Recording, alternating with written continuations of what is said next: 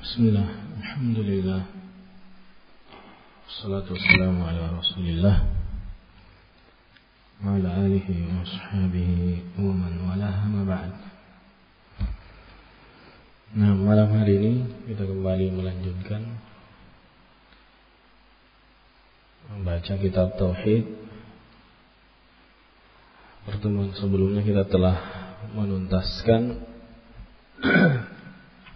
bab yang kedua, yaitu bab man haqqaqa at-tauhid dakhala al-jannata bighairi hisab. Barang siapa yang mentahqiq tauhid maka dia akan masuk ke dalam jannah tanpa hisab. Bab sekarang adalah babul khaufi minasyirk. Bab takut dari kesyirikan. Baik. Yang pertama yang butuh kita ketahui adalah munasabah, kecocokan, kesesuaian bab ini dengan bab sebelumnya. Apa kaitannya? Bab sebelumnya penulis menyebutkan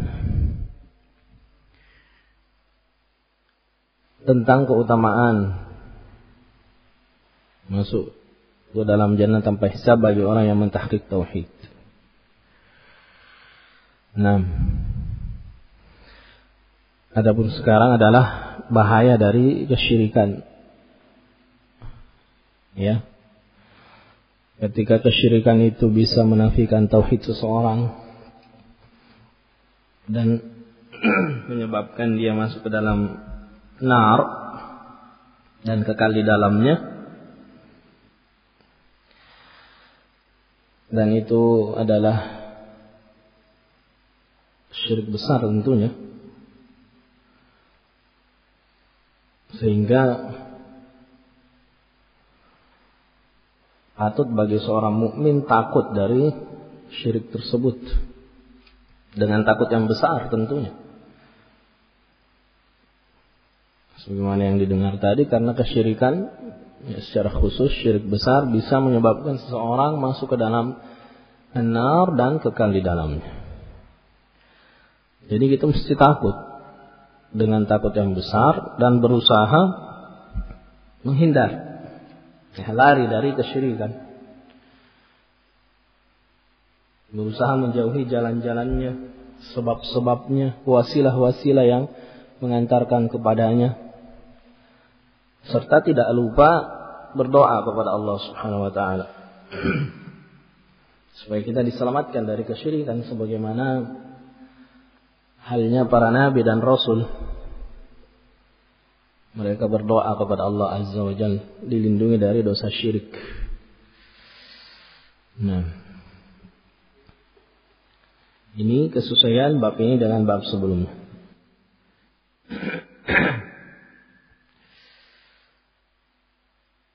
Di dalam bab ini penulis menyebutkan 2 ayat dan 3 hadis. Ayat yang pertama firman Allah Ta'ala dalam surat An-Nisa ayat 48, innallaha la yaghfiru an yushraka bih. Sesungguhnya Allah tidak mengampuni dosa ayyushraka bih, disekutukan sesuatu dengannya. Tidak mengampuni dosa syirik. Wa yaghfiru ma duna dzalika liman yasha, dan Allah mengampuni ma duna dzalika, dosa-dosa yang berada di bawah dosa syirik, liman yasha, bagi siapa saja yang Allah kehendaki. Dalam ayat ini Allah Ta'ala mengkhabarkan bahwasanya Allah tidak mengampuni seorang hamba yang berjumpa dengan Allah dalam keadaan dia musyrik, dan mengampuni dosa-dosa di bawah dosa kesyirikan bagi siapa yang Allah kehendaki dari hamba-hambanya. Ayat ini memberikan faedah kepada kita bahwasanya kesyirikan adalah a'dhamudz dzunub, dosa yang terbesar, karena Allah mengkhabarkan bahwasanya Allah tidak mengampuninya. liman lam yatub minhu. Tidak mengampuni orang yang tidak bertaubat darinya. Nah, dan dosa-dosa yang berada di bawah dosa kesyirikan dakhilun tahtal masyiah, masuk dalam kategori tahtal masyiah, di bawah kehendak Allah Azza wa Jalla. Jika Allah berkehendak mengampuni, maka Allah ampuni dia. Jika tidak, maka Allah siksa dia dengan dosa-dosa tersebut. Adapun dosa syirik yang seseorang tidak bertobat darinya kemudian meninggal di atasnya, mutlak tidak diampuni. Tidak masuk dalam tahta masyiah. Baik. Sehingga ini mengharuskan kita takut, ya, dari kesyirikan yang telah kita dengar. Kedudukan syirik itu bagaimana di sisi Allah Subhanahu wa taala. Allah tidak ampuni. Padahal Allah Azza wa Jalla kataba ala nafsi rahmah. Allah telah menulis, Allah telah menetapkan untuk dirinya itu sifat rahmat, kasih sayang. Di antara nama Allah Ghafur Rahim, Maha Pengampun, Maha Penyayang. Ya. Allah Maha Pengampun, mengampuni dosa. Tapi dosa syirik tidak. Berarti sangat berbahaya sehingga kita butuh takut darinya. Nah, munasabatul ayat lil bab, kesesuaian ayat dengan bab. Ayat ini ja'at mukhawwifah muhadzirah minasyirk. Datang menakut-nakuti dan memperingatkan dari kesyirikan. Fa abanat anna Allah la yaghfiru hadan naw' min al-ma'asi. Dan ayat ini menjelaskan bahwasanya Allah tidak mengampuni jenis dosa ini. Ini ayat yang pertama. Ayat yang kedua dalam surat Ibrahim ayat 35. Waqala al-Khalil alaihi salam, berkata al-Khalil alaihi salam, yakni Nabi Ibrahim, wajnubni wa bani an na'budu al-asnam. Dan ya Allah, jauhkanlah aku dan anak-anakku an na'budu al-asnam, dari menyembah al-asnam, berhala-berhala. Ya, sudah kita dengar tadi siapa yang dimaksud dengan Al-Khalil, ya. Di sini adalah Nabi Ibrahim. Dan makna Al-Khalil adalah alladzi takhallat mahabbatuhu al-qalb. Yang kecintaannya telah merasuk sampai ke dalam hatinya. Ya. Betul-betul sudah meresap ke dalam hatinya. Diambil dari kata al-khullah.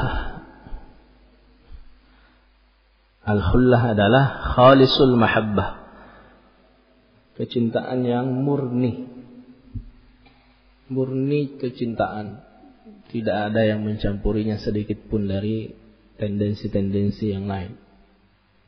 Khalisul mahabbah. Nah, sehingga kalau diberi gelar Khalil berarti betul-betul murni cintanya kepada Allah Subhanahu wa taala. Tingkat mahabbah yang paling tinggi. Lebih tinggi dari gelar Habib. Ya, jadi ada istilah Habib, ada istilah Khalil. Kalau Khalil lebih tinggi dari Habib. Habib sekedar mahabbah, tapi bukan khalisul mahabbah, bukan cinta yang murni. Difahami ini? Nah, sehingga keliru sebagian orang menggelari Nabi dengan Al-Habib Al-Habib dan jarang menggelari Nabi SAW dengan Al-Khalil. Padahal jelas-jelas di dalam hadisnya Nabi mengatakan, Innallaha qad ittakhadhani khalilan kama ittakhadha Ibrahim khalilan. Sungguh Allah telah menjadikan aku sebagai khalilnya sebagaimana Allah menjadikan Ibrahim sebagai khalilnya. Jadi ini butuh untuk kita ketahui ya, perbedaan antara khalil dengan habib. Ya, sekali lagi bahwasanya khalil itu apa? Tingkat mahabbah yang paling tinggi. Diambil dari kata al-khullah yang maknanya khalisu al-mahabbah. Kata al-khalil berdoa, wajanubni wa baniya na'budal asnam, dan jauhkanlah aku dan anak-anakku dari menyembah al-asnam. Al-asnam adalah jamak dari sonamun. Wa huwa ma kana manhutan ala hayati surah. Ya. Sesuatu yang dipahat dan memiliki bentuk. Itu namanya sonam berhala. Istilah kita ya biasanya patung ya, patung berhala. Kalau hanya gambar saja tidak terpahat itu bukan sonam namanya. Sonam itu apa? Gambar yang berbentuk terpahat. Surah yang terpahat, manhut. Nah, wa ubida min dunillah, dan disembah selain Allah Subhanahu wa taala.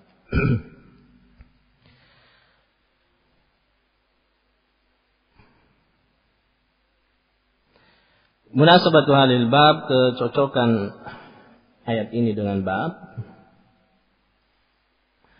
yaitu bahwasanya jika Nabi Ibrahim saja, yang mana keadaan beliau mematahkan, menghancurkan berhala-berhala itu dengan tangannya sendiri,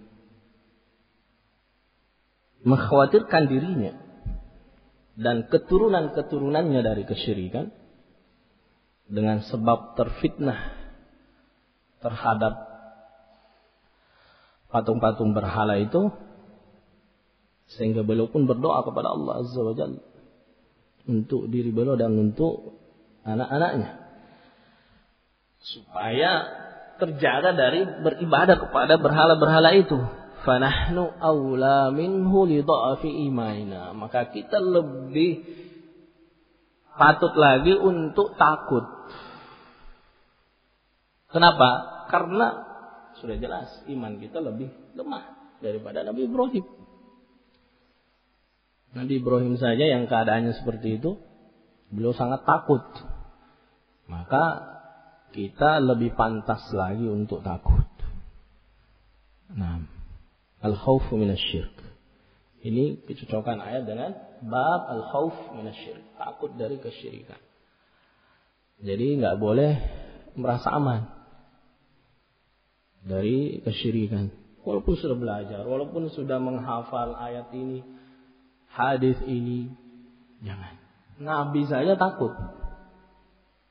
Sampai berdoa kepada Allah supaya dijauhkan dari al-asnam, apalagi kita. Baik. Sekarang kita masuk ke dalil berikutnya, yaitu hadis. Qala fil hadis, dan di dalam sebuah hadis, dan hadis ini adalah hadis yang dikeluarkan oleh Imam Ahmad dari sahabat Mahmud ibnu Labid, bisa dilihat pada catatan kaki ya, dan disahihkan oleh Al-Albani rahimahullah dalam Sahihul Jami'. Nabi alaihi wasallam bersabda dalam hadis tersebut, "Khawfu ma akhafu alaikum," yang paling aku takutkan atas kalian, asyirkul asghar, syirik kecil. Fasu'ila anhu, Nabi ditanya tentang syirik kecil. Faqala, maka Nabi menjawab, ar-riya. Yang paling aku takutkan adalah riya menimpa kalian. Nah, syirik kecil adalah jami'ul aqwal wal af'al, seluruh ucapan dan perbuatan, allati ditawassalu biha, ila syirkil akbar, yang bisa mengantarkan kepada syirik besar. Nah, ini definisi syirik kecil menurut ulama. Setiap ucapan dan perbuatan yang bisa mengantarkan kepada syirik besar. Jadi dia adalah wasilah. Makanya dikatakan kecil. Tidak sampai pada kategori syirik besar. Karena dia adalah wasilah, tapi bahayanya ya tidak kurang dari syirik besar. Sama-sama bahaya. Sehingga Nabi mengkhawatirkan hal tersebut menimpa para sahabat. Nah, contoh syirik kecil, bersumpah dengan selain nama Allah. Contoh yang lain seperti riya. Nah, dan yang lain. Nanti akan kita lewati insyaallah contoh-contoh itu pada bab-bab berikutnya. Contohnya seperti menggantung sesuatu, ya, istilah kita jimat. Tapi keyakinannya dia adalah sebab yang bisa menangkal bala, bahaya, madarat adalah Allah. Tapi ini sebab. Saya memakainya sebagai sebab. Itu syirik kecil. Karena bisa mengantarkan kepada syirik besar. Dipahami? Nah. Baik. Fasuila anhu faqala riya. Riya diambil dari kata ar-ru'yah. Ar-ru'yah. Ya. Ar-ru'yah. Nah. Ru'yah melihat, bermakna melihat. Ya, ini senang dilihat. Nah, ini dari sisi bahasa. Adapun secara istilah yaitu ayat Allah al-insanu bil a'malis salihah yahmadahu an-nasu. Seseorang menampakkan amal soleh supaya orang lain memujinya. Nah. Lalu pertanyaannya, kenapa Nabi SAW mengkhawatirkan ini menimpa para sahabat? Kata ulama, karena riya merupakan sesuatu yang sangat disenangi oleh jiwa kita. Ya. Sangat cocok dengan keinginan jiwa kita. Dan sangat gampang masuk ke dalam hati kita. Nah, dan itu terbukti barakallahu fikum sesuai dengan fakta. Tidak seorang pun dari kita yang selamat dari dosa riya ini. Coba ingat-ingat, pernah tak kita suatu ketika melakukan sebuah amalan, amal soleh, ibadah. Dan anak teringat sebuah faedah. Riya itu dalam hal ibadah ya. Jadi kalau bukan ibadah, bukan riya namanya. Ada seseorang ingin dilihat jago main bola, jago main takraw, ingin dilihat. Itu bukan ibadah, bukan riya. Ya, karena riya itu pembahasannya ibadah. Kalau ingin jago tampil ya, sebagai orang yang bagus dalam olahraga, maka bukan riya. Bukan bahasanya riya dalam pembahasan akidah ya. Nah, tidak masuk itu. Baik, walaupun mungkin ya menurut kebiasaan kita atau budaya kita itu tidak bagus. Istilahnya apa? Pengen dilihat apa istilahnya? Caper, cari perhatian. Atau apalah. Nah, tapi dari sisi pembahasan dia tidak masuk dalam riya. Nah, jadi mungkin suatu ketika kita pernah melakukan sebuah ibadah dan gampang sekali masuk dalam hati kita ingin dipuji. Ya. Kita perbaiki sholat kita karena ada orang di samping kita. Pas nggak ada orang yang lihat, sholatnya cepat selesai 1 menit. Mas ada temannya di sampingnya lama, gitu. Sujudnya lama, rukuknya lama. Ijtihad dia. Ketika bersendiri malas-malasan. Nah. Makanya Nabi SAW mengkhawatirkan menimpa para sahabat. Dan ini adalah dosa yang banyak menimpa orang-orang saleh. Orang-orang saleh mungkin Masya Allah bisa dia menundukkan pandangan, bisa menjaga lisan, bisa menjaga telinga dari hal-hal yang haram. Tapi hati ini sulit dijaga. Ya, Allahul musta'an. Baik, barakallahu fikum. Oleh karena itu Nabi mengatakan sesuatu yang paling aku khawatirkan menimpa kalian. Siapa kalian di sini? Para sahabat. Dan mereka adalah orang-orang yang soleh. Ya, ini yang paling aku khawatirkan. Aku tidak mengkhawatirkan yang lainnya. Ya, mungkin saja kalian bisa menjaga diri dari dosa-dosa pandangan, ucapan, pendengaran, dan yang lainnya. Tapi aku sangat khawatir riya menimpa kalian. Kenapa? Karena itu tadi. Sangat gampang merasuk ke dalam hati kita. Dan sangat disukai oleh jiwa. Nah. Baik.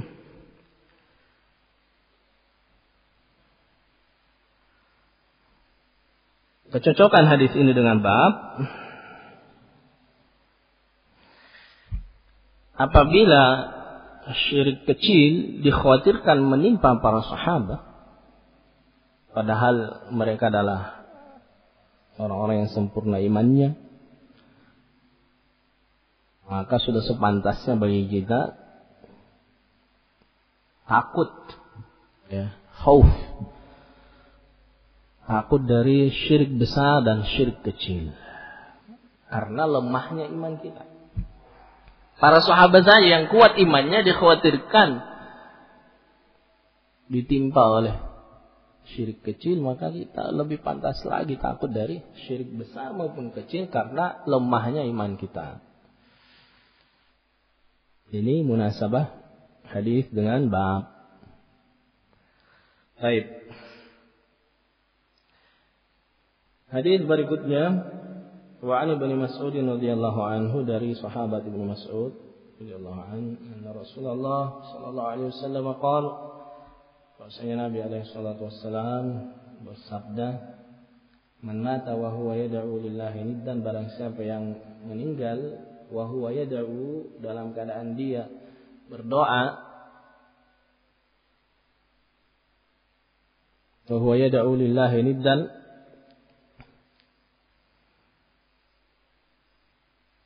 berdoa, doa di sini doa ibadah dan doa masalah, ya, masuk ke dalamnya doa ibadah dan doa masalah. Lillahi dan bagi Allah tandingan, ya, artinya di samping dia berdoa kepada Allah, dia juga berdoa kepada selain Allah. Menjadikan tandingan bagi Allah dalam hal doa, yakni dalam hal ibadah secara umum ataukah dalam hal doa permintaan secara khusus. Maka balasannya apa? Kata Nabi, dakhalan nar, pasti masuk ke dalam an-nar. Rawahul Bukhari. Hadis ini diriwayatkan oleh Imam Al-Bukhari. Nah, perhatikan hadis ini pada lafaz man mata, ya. Artinya tidak masuk dalam kategori ini man taba qabla an yamut. Orang yang melakukan kesyirikan kemudian dia sempat bertaubat sebelum meninggal, tidak masuk dalam ancaman ini. Nah, sehingga kita bisa mengetahui keselarasan antara ayat yang kita baca di atas, innallaha la yaghfiru an yushraka bih. Allah tidak mengampuni dosa syirik. Maksudnya apa? Yang meninggal di atasnya. Adapun jika dia bertaubat, walaupun itu dosa syirik besar, Allah akan ampuni. selama dia bertobat dengan tobat yang jujur. Innallaha yaghfiru dzunuba jami'a. Di dalam ayat Allah Ta'ala berfirman yang artinya sesungguhnya Allah mengampuni seluruh dosa. Jadi makna innallaha la yaghfiru an yushraka bihi, Allah tidak mengampuni dosa syirik. Artinya apa?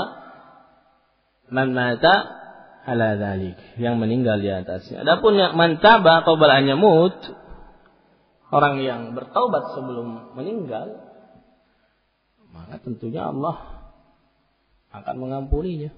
Nah, barang siapa yang meninggal dalam keadaan dia memalingkan salah satu jenis ibadah kepada selain Allah, nah, ini makna hadisnya. Satu saja jenis ibadah yang dia palingkan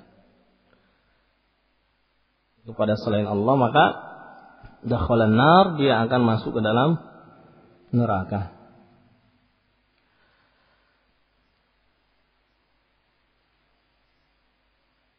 Hubungan hadis ini dengan bab bahwasanya hadis ini jaa muhadziran mukhawifan minasyirk. Hadis ini datang memperingatkan dan menakut-nakuti dari kesyirikan.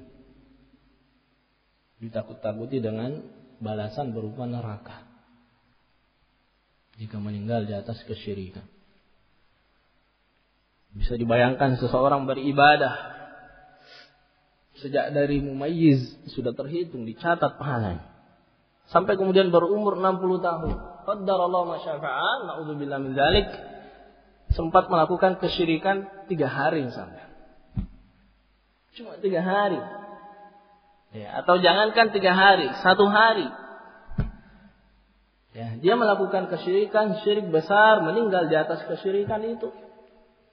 60 tahun amal soleh, ibadah, ketaatan yang pernah dia lakukan, la yanfa'uhu indallahi azza wa jalla, tidak bermanfaat untuknya di sisi Allah Subhanahu wa taala.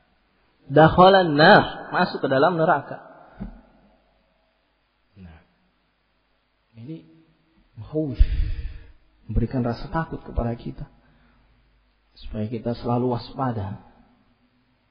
Ya, jangan sampai benteng pertahanan kita